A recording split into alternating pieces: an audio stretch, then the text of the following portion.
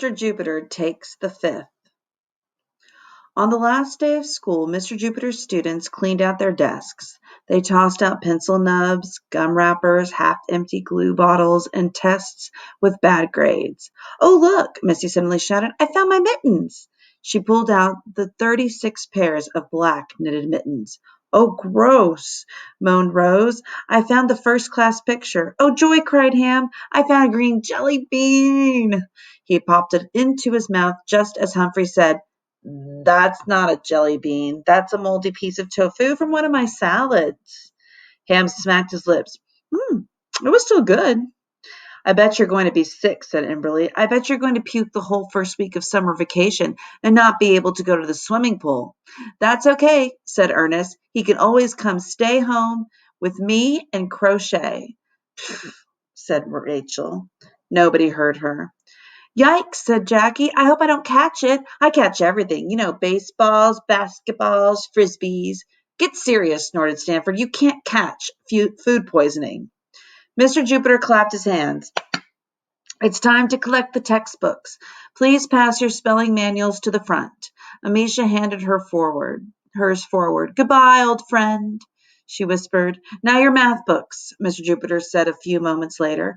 Calvin handed his forward. "Goodbye and good riddance," he whispered. "And now your organic geochemistry books," Mr. Jupiter finally said. "Hey," cried Melvin, "I never got one of those."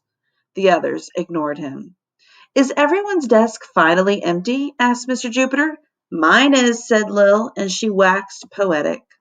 "Oh, empty desk, once full of books, now full of air, you sit forlornly, waiting for next year." The sadness of her poem touched the other students. Gloomily, they looked around to the classroom's bare walls and empty shelves. Mr. Jupiter had already taken home his collection of meteorites and Mexican jumping beans. He'd packed up his Tibetan prayer wheel and his Mongolian camel saddle. He'd even hauled away his army ant farm and his anaconda skin. Now the place was merely a shell of its former self. I feel sort of sad," said Calvin. "Me too," said Bernadette. Now, said Mr. Jupiter. "It may be the last day of school, but it's the first day of summer. Who has exciting plans?" Ham's eyes sparkled with happiness. "I'm spending 2 weeks with my grandparents in Hershey, Pennsylvania." "I'm going to modeling camp," said Victoria. "I'm getting my own subscription of the International Geographic," said Lenny. "What are you doing, Mr. Jupiter?" Ashley B. asked. "I will be embarking on the greatest adventure of my life," he replied. "What's that?" asked Jackie. "Touring America's baseball parks?" "No," said Mr. Jupiter. "I'm going to Mars." "Mars?" the children gasped. Mr. Jupiter nodded. "I've been invited by the International Space Academy to help establish a colony there. I'm hoping to open the first interplanetary elementary school in history." "Wow," said Ashley Z. "That's a lot for one summer." "Actually," said Mr. Jupiter, "I'll be on Mars for years."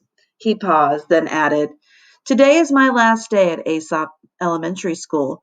"No!" cried Missy. "It can't be true," wailed Emberly. "Now I feel really sad," sobbed Calvin. Stanford raised his hand. "Who's going to be our teacher next year?" he asked. Everyone knew that Mr. Lipschitz, the fifth grade teacher, had decided to retire early rather than teach the upcoming class. "Yeah, who?" repeated Humphrey. "I don't know," said Mr. Jupiter, "but I'm sure your new teacher will be a caring, loving person who will recognize each and every one of your unique qualities." At that moment, Miss Turner breezed into the classroom. "Why so gloomy?"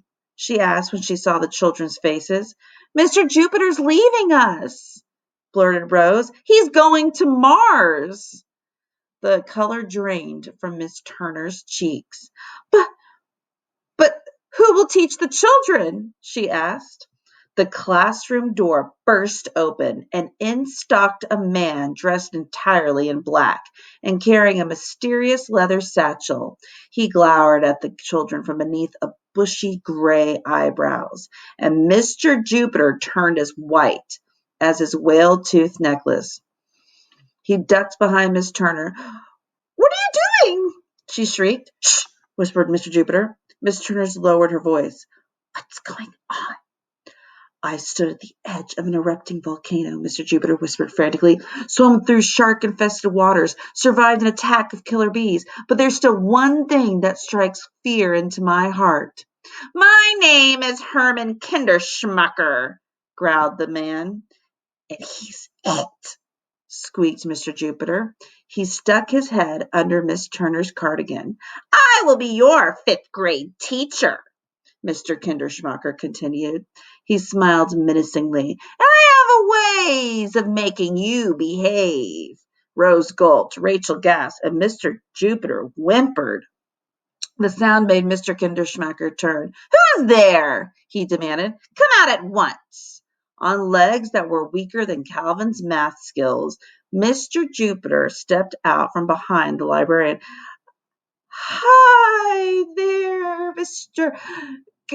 Kinderschmucker," he tried to sound nonchalant. "Well, well, if it isn't my old student, Harry Valentine Jupiter," growled Mr. Kinderschmucker. Mr. Jupiter tried to smile. "Where's your homework?" snapped the fifth-grade teacher. "Homework?" squeaked Mr. Jupiter. "It's been 25 years since I've been in your class. I don't remember any homework." "I do," snarled Mr. Kinderschmucker. "You never turned in your final math assignment. We were studying decimals." He took a step forward, towards his former pupil. "What do you have to say for yourself, Harry Valentine?" Mr. Jupiter searched his mind for an excuse, any excuse.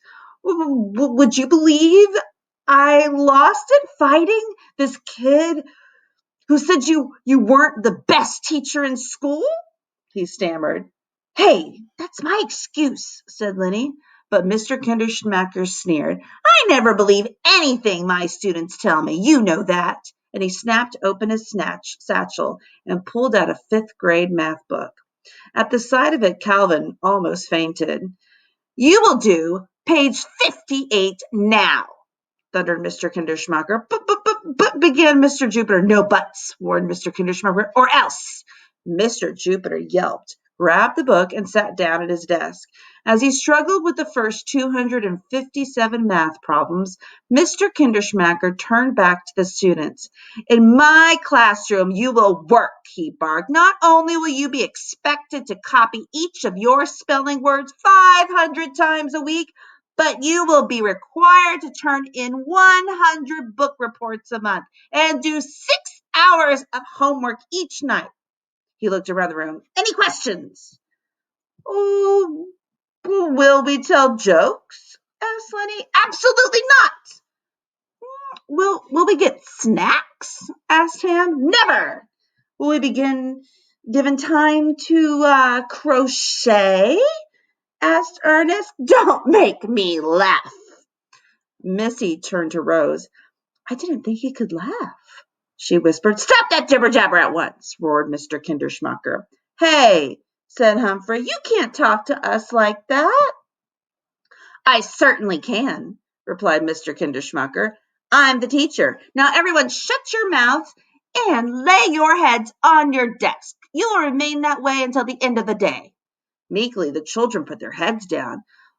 "But Mr. Kinderschmucker," said Miss Turner, "may I remind you that there's still 4 more hours of school." "Silence!" shouted the new teacher. "Do as I said."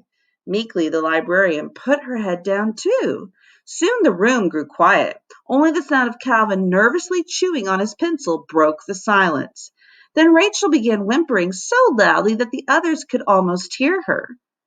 Stanford began blithering like an idiot. Victoria began miserably picking at her new French manicure.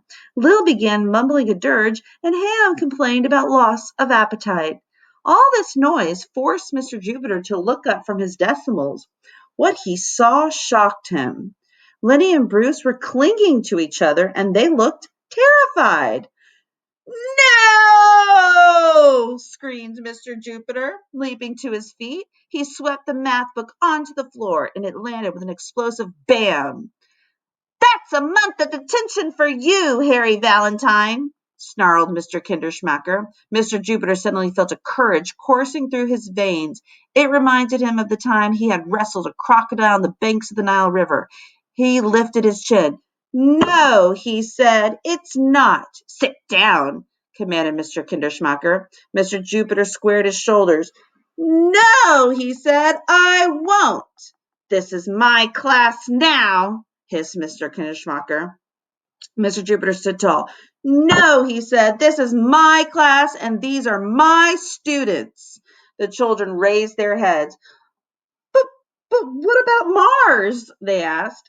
And establishing an interplanetary school, added Miss Turner. Colonization of Mars can wait, Mr. Jupiter replied, but my students can't. Mr. Kinderschmacker growled. I intend to speak to the principal about this. It won't do any good, said Mr. Jupiter. She likes me better. Mr. Kinderschmacker growled again. You were always a troublemaker. Stuffing the math book back into his satchel, he strode down the door, toward the door. But before crossing the threshold, he turned. I'll be back, Harry Valentine. Mark my words, I'll be back. Then he was gone. All the almost fifth graders clapped, cheered, and leaped from their seats, surrounding their teacher. Bruce was so happy he hugged Mr. Jupiter. Jackie was so happy she hugged Mr. Jupiter. Stanford was so happy he shook Mr. Jupiter's hand. Then everyone took turns hugging Mr. Jupiter or shaking his hand. Everyone, that is, except Miss Turner. She took the opportunity to plant a kiss on Mr. Jupiter's cheek. You're a good man, Harry Valentine, she said. Mr. Jupiter blushed, and Lenny suddenly whooped. Fifth grade, here we come. Yes, indeed, said Mr. Jupiter, and it's bound to be an adventure. And the moral of this story, of this chapter, is there is a time and a place for everything. All right, kids. There is a sequel to this book, and it's called The Fifth Graders of Aesop Elementary School. So there you go. If you like this first in the series, you should read the second one. All right. Thank you for listening.